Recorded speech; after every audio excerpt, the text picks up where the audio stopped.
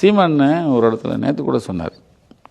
அதாவது ஓட்டு போடுறவங்களாம் பனையூரில் பொட்டி இருக்கும், நீங்கள் ஓட்டு போட்டு போங்க, நான் உங்கள்கிட்ட ஓட்டெலாம் கேட்க மாட்டேன் அப்படின்னு அந்த ஆள் சொல்லுவான் போல் அப்படின்னாரு. அதுதான் நேற்று நடந்த கூத்து. நான் உங்கள்கிட்ட வந்த நோக்கமே அதுதான். நாம் எங்கே போயிட்டுருக்கோம்? எத்தனையோ நூற்றாண்டு கடந்துட்டோம், எவ்வளவோ அட்வான்ஸாக போயிட்டுருக்கோங்கிறோம். ஆனால் ஒருத்தர் மறுபடியும் நம்மளை கொண்டு குழியில் தள்ளுறானே.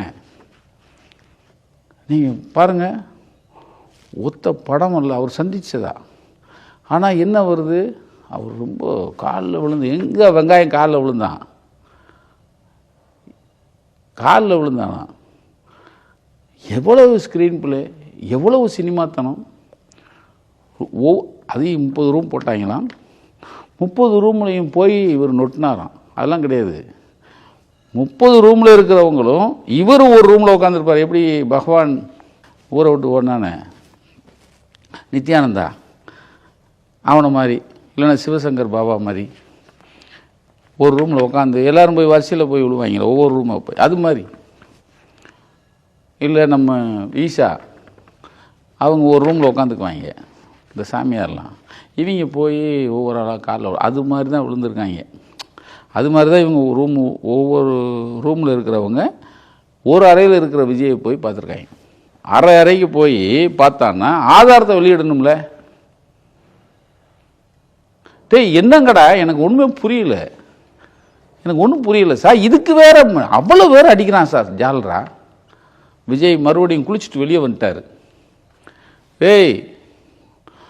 நம்மளை சாதாரணமாக எடுத்துக்கிட்டாங்க மக்களை. கருவேப்பிலைய அப்படி எப்படி வெளியே தூக்கி போடுவாங்களோ அது மாதிரி தூக்கி போட்டுருவாங்கன்னு அவனுக்கு தெரில. எத்தனை பொய். இதில் ஒரு படம் எடுக்கக்கூடாதான். போன பத்திரிக்கையாளர் ஒரு ரூமில் உட்கார வச்சுட்டாங்களாம். இதில் வர ரொம்ப கொடுமை என்ன தெரியுமா, அவன் கட்சி பொருளாளரே உள்ள உள்ளியான். என்னங்கடா கட்சி, என்னடா பாதுகாப்பு.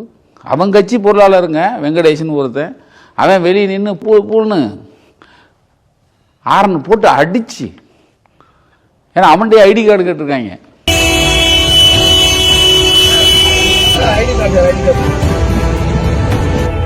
இதையும் நம்ம பார்த்துட்டு இருக்கோங்க. ஒரு கட்சியோடைய பொருளாளர்னா எவ்வளோ பெரிய பொறுப்பு.